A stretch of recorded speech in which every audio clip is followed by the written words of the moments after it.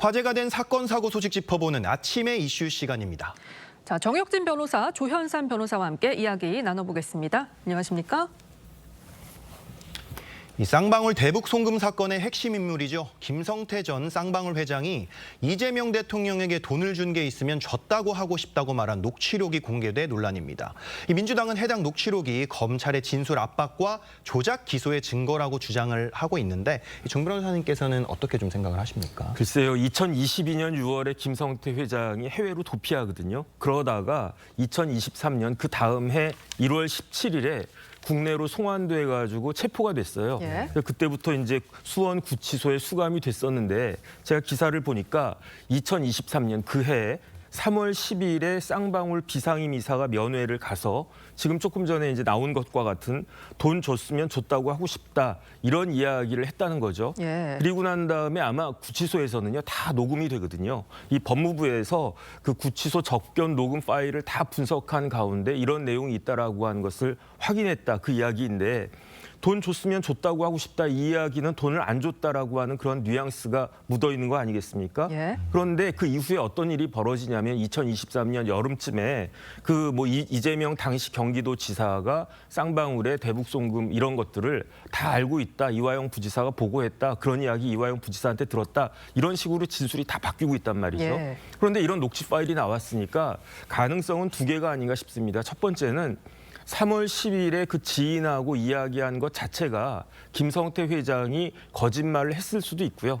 왜냐하면 제가 이제 뭐 많은 사람들 이야기를 들어보면은 범죄 저지른 사람들은 사실 거짓말하는 경우가 왕왕 있으니까 예. 그런 가능성도 충분히 있다고 보여지고 그다음에 민주당에서 의심하고 있는 것과 같은 검찰의 압박이 있었기 때문에 김성태 회장이 그 이야기를 바꾼 것이 아닌가 이런 가능성도 있다라고 보여지는데 지금 제가 봤을 때 제일 중요한 것은 녹취 파일도 녹취 파일이지만 김성태 회장이 그때 이야기한 게 맞다 아니다 그때 내가 거짓말했다 이런 입장을 밝히는 것이 중요하지 않겠는가 예. 그 생각이 들고요. 이런 부분들 앞으로 뭐 이런저런 절차를 통해서 수사나 아니면 감찰이나 이런 걸 통해서 밝혀지지 않을까 기대하고 있습니다. 네, 그런데 당시에 쌍방울 대북 송금 사건을 맡았던 박상용 검사는요. 이 김성태 전 회장의 말은 대북 송금 사건과 관련된 언급이 아니다. 맥락 없는 짜깁기다 이렇게 주장을 했거든요. 어떻게 보시나요? 일단 박상용 검사는 해당 사건에서 어떻게 보면 유력한 피의자 신분으로 전환될 수 있는 지위에 있죠. 박상용 검사의 그런 모든 발언에 대해서 신빙성을 저는 담보할 수가 있을까 싶습니다. 김성태 전 회장의 발언 자체는 어떻게 보면 어떤 무슨 조사 과정에 나온 것이 아니고요. 본인을 접견한 친분 관계에 있는 자와 사사롭게 이런 얘기를 나오는 중에 나왔던 얘기일 뿐입니다. 그렇다고 한다면 오히려 그 진술을 더욱더 높게 신빙할 수가 있다고 할 수가 있겠죠. 박성현 검사 입장에서 지금 자칫 이러한 부분들이 확인이 된다고 한다면 조작 기소 혐의를 벗어날 수가 없습니다. 지금 법이 통과됐죠. 법 왜곡죄가 같은 그런 범죄 혐의로 처벌될 수 있는 그러한 지위에 있는 상황이기도 하죠. 그렇다고 한다면 박성현 검사보다는 김성태 전 회장이 그런 녹취 파일, 녹음 내용을 더욱더 신뢰할 수가 있다고 보여지는 것이 더욱더 적절한 게 아닌가 싶습니다. 네. 네, 이재명 대통령이 SNS에 해당 기사를 공유하면서 이 사건 조작은 살인보다 더 나쁘다며 검찰을 비판을 했는데요. 이 해외 순방 중에 나온 이 발언인데 이 대통령의 발언을 좀 어떻게 보셨습니까? 글쎄요, 뭐 조작이 나쁘다라고 하는 말씀 자체는 뭐 괜찮은 말씀이다라고 생각을 하는데 예. 그런데 대통령이 저런 말씀을 저 자리에서 하시는 것은 좀 그 적절하지 않은 것 같다는 생각이 드는 게 이건 누가 봐도 쌍방울 관련된 그런 말씀 아니겠습니까? 네. 그런데 여기에 있어서는 대통령이 당사자란 말이에요. 그러니까 아무리 대통령이라고 해도 당사자가 사건에 대해서 이렇게 저렇게 이야기하는 것은 그것을 적절하다고 볼 수는 없을 것 같고 두 번째는 장소도 조금 문제가 아닌가 싶은 게 왜냐하면 쌍방울 방북대가가 논의되고 일부 자금이 수수됐던 데가 어디였습니까? 그게 필리핀이었어요. 네. 그게 마닐라 호텔이었다고요. 그런데 지금 대통령이 필리핀 순방 가셔가지고 그 장소에서 저런 글을 SNS에 올린다라고 하는 것은 별로 좋아 보이지 않고요. 뭐 굳이 그럴 필요가 있었나? 그다음에 앞으로 조사가 막 있지 않겠습니까? 자초지종이 밝혀진 다음에 저런 글을 올려도 그래도 괜찮지 않겠는가? 더군다나 지금 우리나라 주가 폭락해가지고 사람들이 다 정신이 자신이 그냥 뭐 그러고 있는데 대통령이 저런 걸 올린 것은 누가 봐도 조금 적절하진 않았다 그 생각 듭니다. 네. 그러면 실제로 검찰이 김성태 전 회장에게 압박을 가해서 진술을 받아낸 건지 이런 여부, 법무부 감찰이나 뭐 국정조사를 통해 밝혀낼 수 있을까요? 일단 국정조사는 조금 너무 앞서 나가는 것 같고 네. 그다음에 법무부에서 감찰을 해도 충분히 많은 부분들이 밝혀질 수 있을 것 같고요. 그다음 제 생각에는 이럴 때 저 하라고 만들어진 기구가 공수처 아니겠습니까?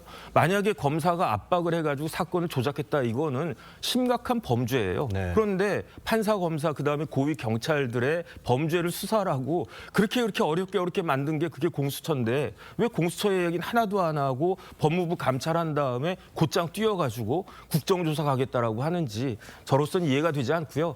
이참에라도 공수처가 실력을 발휘해야 되지 않나 싶습니다. 네, 저희는 다음 소식으로 넘어가 보겠습니다. 모텔 연쇄살인 사건의 피의자 김모 씨가 사이코패스인 걸로 판명이 됐습니다. 관련 영상 보시고 이야기 이어가겠습니다. 약물 미리 준비하셨습니까? 약물 건넨 이유가 뭡니까? 살해 의도 있으셨나요? 숨진 분들과 어떤 관계셨습니까? 추가로 약물 건넨 사람 있으십니까?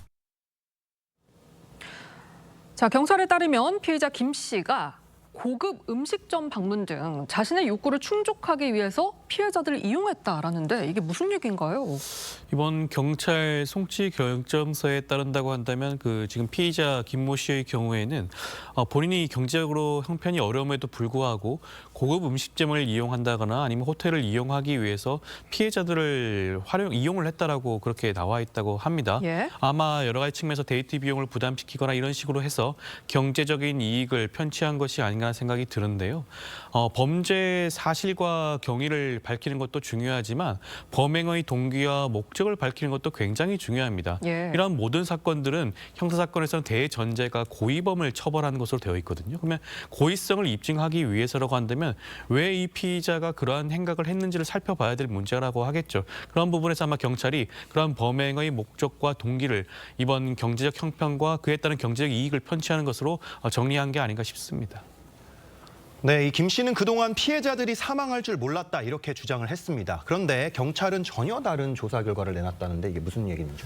이게 피해자가 사망할 수 있을지 모른다라고 하는 것을 미필적으로나마 인식한지 여부에 따라서 범죄가 달라지거든요. 예. 만약에 정말 몰랐다, 그런데 사람이 죽었다 이렇게 되면 상해치사 정도가 될 거고요. 그런데 죽을지도 모른다, 미필적으로 예견할 수 있었으면 이게 살인죄가 되고요.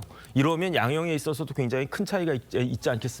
그러니까 그 피의자가 나는 진짜로 죽을 줄 몰랐다 이렇게 이야기를 하는 건데 예. 상식적으로 그렇게 말이 되겠습니까? 그런 약물을 술과 함께 과다 복용하면은 문제가 생길 수 있다라고 하는 거를 저 같은 사람도 충분히 예견할 수 있는데 그걸 몰랐겠습니까? 더군다나 조사를 해보니까 저 피의자가 AI한테 물어봤대요. 이렇게 되면 어떻게 되느냐? 예. 그러면 AI가 정답을 냈겠죠. 그다음 제일 중요한 건 뭐냐면은 피해자가 발생했잖아요. 네. 그러면 이렇게 하면 큰일 나는구나. 이것을 알았을 텐데 그 이후에도 계속적으로 범행이 이어졌으니까 이것은 살인죄가 그것도 연쇄살인죄가 맞다. 저는 개인적으로 그런 생각 듭니다. 네, 피의자 김 씨 신상 공개 여부가 곧 논의될 예정인데 어떤 결론이 나올까요?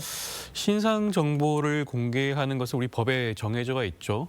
범행 수단이 잔인한 경우가 일단 우선적으로 적용이 돼야 됩니다. 네. 이 사건의 경우에는 어찌됐건 다수의 인원이 사상을 한 그런 결과를 낳았죠. 그렇기 때문에 범행 수단이 잔인하다고 볼 수가 있는 것이고요. 중대한 피해도 발생을 했습니다. 그리고 범행을 믿을 만한 충분한 증거가 있어야 되는데 그 사실관계도 이미 확인이 된 바가 있죠. 국민들의 알 권리라든가 범죄 예방 등의 공공의 이익도 필요성이 있는지를 따져볼 텐데 아마 그 부분도 저는 충분히 여지가 있지 않을까 싶습니다. 그렇기 때문에 이번의 경우에는 신상 정보가 공개될 여지가 있지 않을까라는 생각을 할 수가 있을 것 같습니다. 네, 두 분 말씀은 여기까지 듣겠습니다. 오늘 말씀 감사합니다.